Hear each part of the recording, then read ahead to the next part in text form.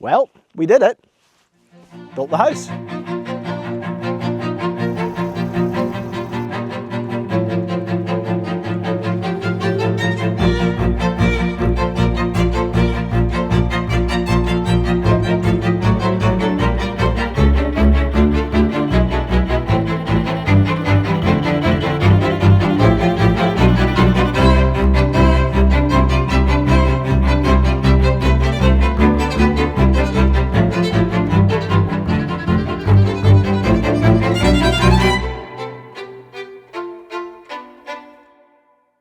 So yeah, welcome to quite a grey and dreich Isle of Raasay. It's what, 10th, 11th of November, and this is it. This is the house that I have talked about building for the last 5 or 6 years. This is the thing that arrived in the back of a lorry and a bunch of pallets.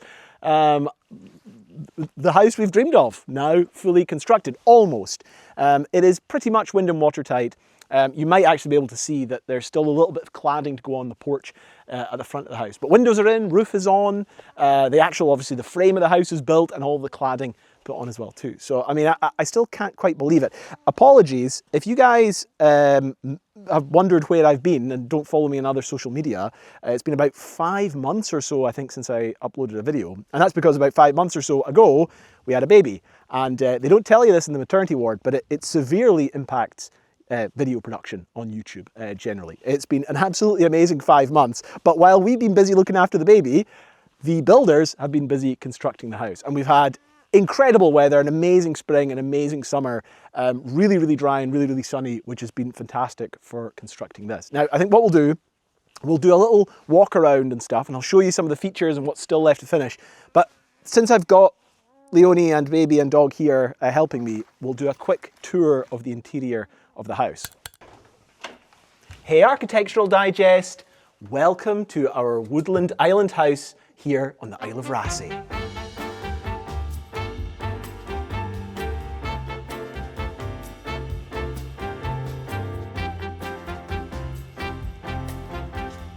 Now you'll probably notice there's no steps at the moment, so it's a little bit makeshift. So this is the porch, the main front entrance of the house. But I think one of my favourite things about this is the fact that it is interior and exterior. Because if you look out the front door here that you just came in, lovely front red door, by the way, that Leonie picked out. Absolutely love this thing, with clear glass as well too, rather than frosted glass. So you'll get, I think, more light, but you'll also be able to just see out a lot more nicely as well.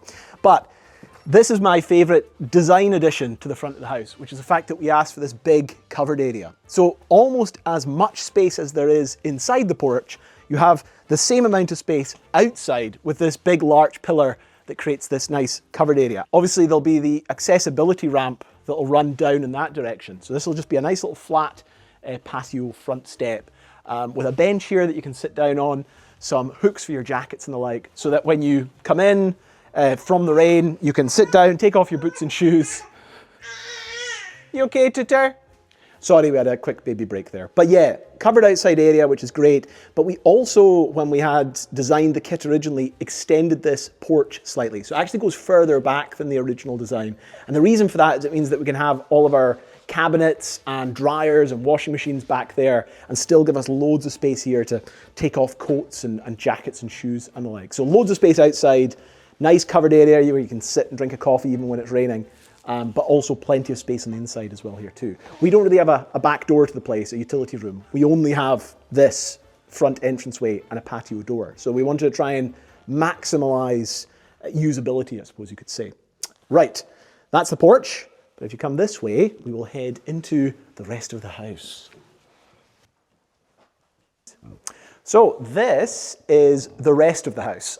Now, you might notice over there is a large pallet, and in that pallet contains the interior walls that will go in here eventually. So that is one of the pallets that you may recognize from the video when we offloaded it from the lorry. The rest of the pallets were disassembled and then used to create the interior walls, or the exterior walls rather. And then we had the trusses lifted onto the top and they were walked out to create the frame of the house. Now, we have 3 bedrooms, if you remember correctly, and basically each of the big windows that you can see in here is a bedroom. So we have a bedroom at the very far end in the far corner facing out west. That is going to be my office that I'm going to be working out of. We've got another bedroom over in that direction towards the east, at the northeast end of the house. That is our master bedroom. And you might notice a small window next to it. That's the ensuite that's part of that room. And then this little girl's bedroom is right behind us here. So she will be looking out of this window, hopefully for her childhood, staring up at that beautiful view out there onto the hill. And there'll be a corridor coming out from the porch that you can see here, down this way, leading into all of the bedrooms. There's a cupboard where the camera is right now. There's also the main bathroom, and that is going to be here. You can actually see the pipes in the floor there for the toilet, the shower, the bath and the like. And that is the only window in the house other than the ensuite which is frosted. That's the one that's directly outside the little patio area to the front door. Now, those are, like I say, bedrooms and bathrooms, but the big showpiece, the kitchen, living room, dining area, that is all through here. And I think it is the most impressive part of all. So this is definitely the most distinctive part of the house. It is also the part that required the most complexity during the build because, as you can see, there's no trusses in here. This is all suspended off that beautiful gigantic steel beam up there in the ceiling. You have much thicker trusses as a result that come down off of that, and what it creates is this lovely vaulted interior. I cannot wait to actually see this all fleshed out. It's going to be bright and beautiful. I do sometimes think we should have maybe put a window up there in the gable end of the house or up in the roof, but when we've got some money down the line, when we got the rest of our lives to live in this house, so right now I'm going to focus on all the beautiful windows that we already have in here. But if you come in, you can see the different parts to the room. So this is a big combined kitchen, living room, dining. Somewhat controversial. There are people that have commented on the plans when I was talking about them, about how they don't like open plan and open plan living, and it was a bit of a trend that's kind of come into fashion and gone out of fashion and is maybe going back out of fashion again.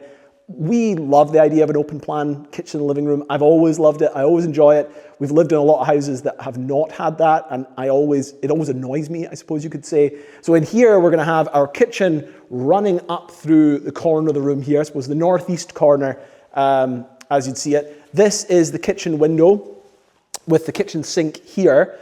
And then you're going to have all of your cabinets, think of your fridges, the main cabinets and stuff running along this wall over here. You'll have another length of cabinets running down this wall, and then you'll have an island in the center here, and that's where our cooktop will be, the stove, the hob, the oven will all be kind of sitting here. In fact, no, the oven will be chest height on the other wall. But nice big space, plenty of space to maneuver. You can come straight in from the porch, so you'll come from the porch into the hallway and then step straight into the kitchen area, essentially. Now, over in this direction, this is our dining room area. Again, absolutely, when you stand here, it's a bit overwhelming. One, when you see the size of the room in front of you, but then when you realize just how much glass is spread out. One of the things that we spent quite a lot of extra money on was specifying in the plans that we wanted the windows to basically go floor to ceiling. So originally the windows were meant to be about half the height that they currently are. They would have been more letterbox style that kind of came up to your chest, I suppose you can say, or came down to your chest. We extended them down to the floor, and you can see, especially in this corner, you've got this lovely patio door, massive big window. We'll have our dining room table here in the middle, looking out onto the hills or looking out over to Glamig over there on Skye. And I think this is my favorite part of all. These are also going to be quite deep. So there's going to be quite an extra depth still to the wall to be added on by the time we put on all the insulation, the plasterboard and the like. So I'm actually thinking with these nice deep set windows, we should maybe try and build seats into them all around the room so you could sit here and read a book or more likely browse on your phone while you look out over the beautiful hills there. So yeah, I think that's really nice. And these are the same type of windows in terms of their distance off the floor as in the bedrooms. So same idea in the bedrooms. Maybe some nice like windowsill seating areas that we could build into there. If you head then around, so like I say, you've got the big patio door. And then over here, this is like the living room area. Now, this is quite a small window by the standards of this room, but of course it's actually massive. It's like a full-size letterbox window. looking out over there to Glamig. Now, you guys probably remember from past videos the beautiful view out there. You can't see that today, obviously, because it is grey and miserable out there. But this is like the only window in this area, because what we'll do is we'll have the couch here, maybe a couple of chairs around this, the stove in the corner here, and then the window, which, or the TV, which will go on the wall over here. You might be able to tell, looking at this, there's not actually that much wall space. Everything is window, everything is glass. The most amount of wall space is reserved for the kind of northeast corner over there, where the kitchen's going to be, because obviously you need all the cabinets and the like. And then your final window, this big gigantic one, which looks out west over towards Skye. And you can't see much now because you've got all the bushes and the rhododendrons and stuff. But once we clear that, you'll hopefully get a lovely view over towards both Skye and the ferry terminal. So you'll see the ferry coming in and out. You getting bored of Dad talking? It's fair. That is fair. So yeah, standing here at the end of the house, the only end of the house that doesn't have windows, I think you get a really good look at just how beautiful the larch is. What we've used here is tongue and groove larch. So normally, I suppose, I forget what you would call it, but maybe stepped larch, where you have one panel and then another panel behind it, or one length and another length behind it, and then kind of overlap them. Really nice way of doing it, much easier way of doing it. This stuff all has to be machined, obviously, so that it fits together, but it creates this beautiful, smooth line. And the builders did an incredible job lining all of this up. This is the only bit of the house that has the bottom half of the larch cut as well too. The rest of it is still all a little bit uneven. But once we get all of that cut, it's going to look just so sheer and oh, I don't know.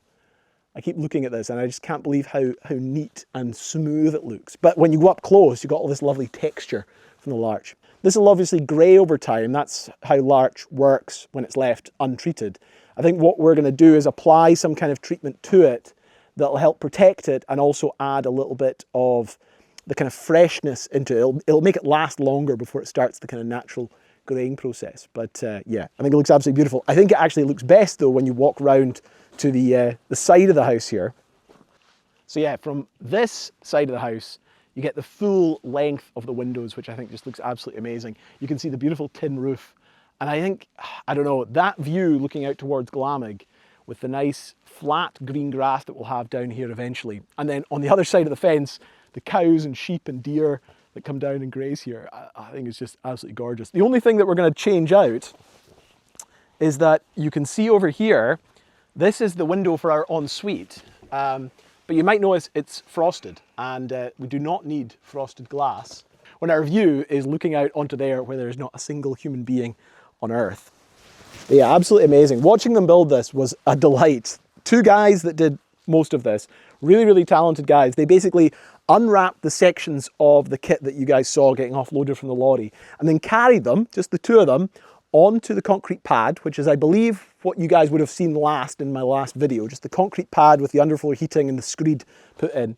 And they just one by one built these sections up. I was going to say it's like Lego, but it's more like building a gingerbread house, where you just have your sections of little bits of gingerbread all pushed together, and then little bits of frosting like glue to stick it. In this case, they just put the sections together, joined them all up. The only time that we actually used any heavy machinery was using the telehandler to lift the trusses up onto the scaffolds. And then once that was done, they just walked the scaffolds over one by one. So, you okay back there? So yeah, really, really amazing to watch them work. And it was not like this. It was beautiful, sunny, dry. It made such a difference. You okay? Well, the girls have gone back down to the house. It started raining now. Baby was very patient, to be fair, as we were doing that long, boring tour. There's not a huge amount to say, except for the fact that, I don't know, if you've watched some of my previous videos, you might remember I've gone up onto this, the old style that I built about 5 or 6 years ago out of some scrap wood. It was not very well constructed, and it is looking incredibly shaky now. But I thought what I should do is go up there and film now the house, so that we have basically a before and after. But I haven't gone up on this in a while, and here's hoping the whole thing doesn't collapse.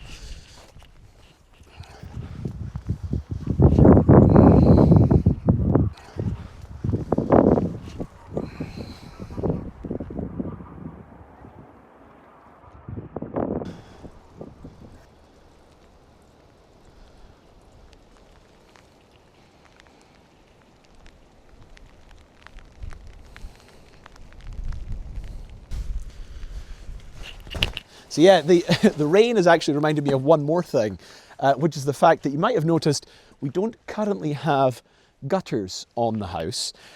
I thought that the house kit came with gutters. Turns out it doesn't. I got that mixed up. Look, there's a lot of stuff. We're ordering a lot of stuff. Now, you know, I mean, you miss out on some things. We need to get some up there, so I'll need to measure out, obviously, I've got it all in the plans, but I need to measure out the length of the house, get some guttering ordered up. We're probably going to go for plastic.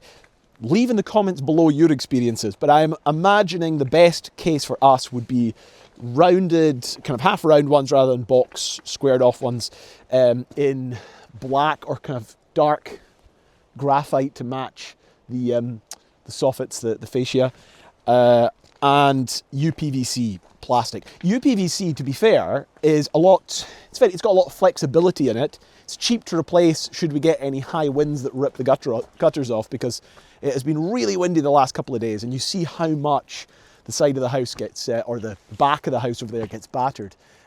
Obviously it'd be amazing to have like some lovely metal ones or something, but the extra cost and the slight extra pain of installation, it's a little bit like the windows. It would have been lovely to have like wooden windows or aluminium frame windows or whatever. In the end though, we were on a budget, so we went for UPVC. And I think we'll do the same with the gutters. But leave your comments, your experiences down below. It's funny, I was in here earlier today, head inside, when the wind was at its strongest, and it was amazing how relatively calm it was in here. Despite the fact there's no insulation or anything, I think that even the windows themselves, you can really tell the deadening effect they have, because these are triple glazed with argon, you know, gas in them. And if we turn the camera around, you can see it has been heavy, driving rain all day, and there hasn't really been much. You can see it's a little bit damp on the floor here, and a little bit of dampness over there. And then if we go round the corner here, yeah, got a little bit of wetness here as well too. But this, of course, is the porch. This is the porch without any cladding on the exterior. So the fact that it's this dry in the kind of wildest, wettest, most driving rain that you can get is actually pretty encouraging. Like I say, in here, it's bone dry, all nice and dry. So yeah, really, really pleased with it. Oh, how much I love this little sheltered area that we have built back there in the porch. But yeah, so sorry for the delay in getting a video out, an update, but 2025 was the year that we finally built our house. 2026 will hopefully be the year that we finish and move into our house. But I promise I will be back with hopefully more frequent videos now going forward as we move on to the next exciting stage, which will be getting the last sections of the kit up, insulation, plasterboard, all of that. And then power, water, sewage, all the other fun utilities and amenities. And then hopefully we will be moving into that house. And also I need to finish building this road as well too. Anyway, thanks for watching. See you in the next video. Bye-bye.